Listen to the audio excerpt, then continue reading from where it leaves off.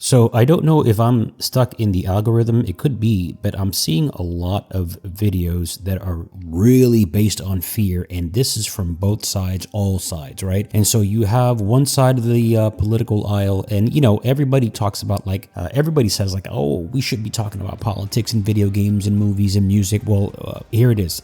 It's infested with it. No matter how you see it, no matter how you feel about it, all sides are just infested with some sort of ideology because they just want to push an agenda that doesn't align with your beliefs, okay? Whether it's the left, the right, the center, the up, the down, the upside down, the Hawkings, 11, Dustin, fucking Nancy Wheeler, it doesn't matter, dude. Now, I'm going off on a little Stranger Things tangent because I'm on my 4th watch through. That's right, my 4th watch through, and each and every single time I'm finding something new. And listen, I finished reading Project Montauk. I think it was called Experiments in Time. It's an old book from 1990, right, when Project Montauk was really a thing. But this is before the World Wide Web. Now, not the internet, the World Wide Web. And it's becoming more apparent that people don't know the history of the internet. We're talking about the internet and the World Wide Web. The www went live. It was actually proposed in 1989 over at CERN by Sir Tim Berners-Lee, and then it was in development in the 90s, and then in 91 it released. And before that, it was the BBS, the Bulletin Board System. And so it wasn't until then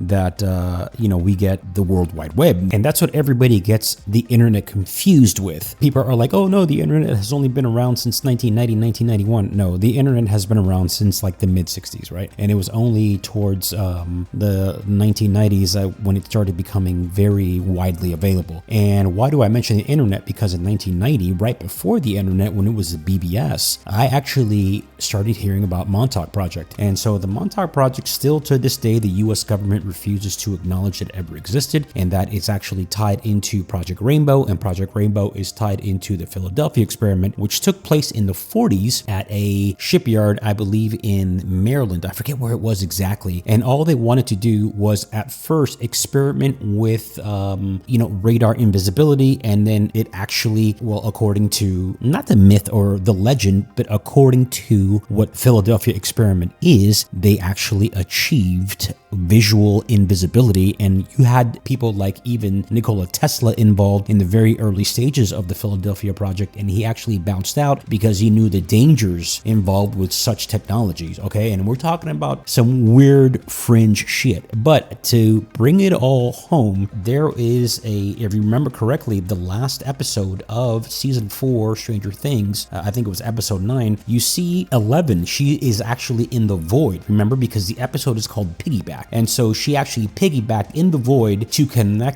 make a physical interdimensional connection with Max and Lucas when they were actually at Vecna's house in the attic, remember that? And then so Max died, and then there's a scene when she puts her hand, I believe it was her left hand, on Max's chest, and then you see an overhead shot of the camera started turning counterclockwise, and then 11's hand, this is an overhead shot, represents the time and the hands of a clock. And so we're talking about, and remember, throughout the whole season, you see the grandfather clock, so there was a time motif. The same thing with season 3. There's many, you have to pay very close attention. There are many references to clocks and time in season 3. So season 5, the final season, but we're all getting a spin-off, it's going to be all about time traveling, and there's going to be an aspect of time traveling in Stranger Things, and which brings us back to what the Montauk Project actually is. But to go back to what I was saying in the beginning of the video, there's so much fucking fear and hype and bullshit and lies, and we're going into a full-blown Palantir administration. And just me saying those words might get me in trouble and might get this fucking channel just deleted off the fucking face of the internet, because they're going after everyone that criticizes a group of certain people that are not supposed to be criticized, and you guys know what I'm talking about. So just giving you a nice little heads up of what to expect. Just watch out, and don't believe everything you see and everything you read. There's so many videos out there that are clearly AI and clearly skits, and just they're passing it off as real. And I just wanted to get that off my chest. I'll see you guys next time. Peace.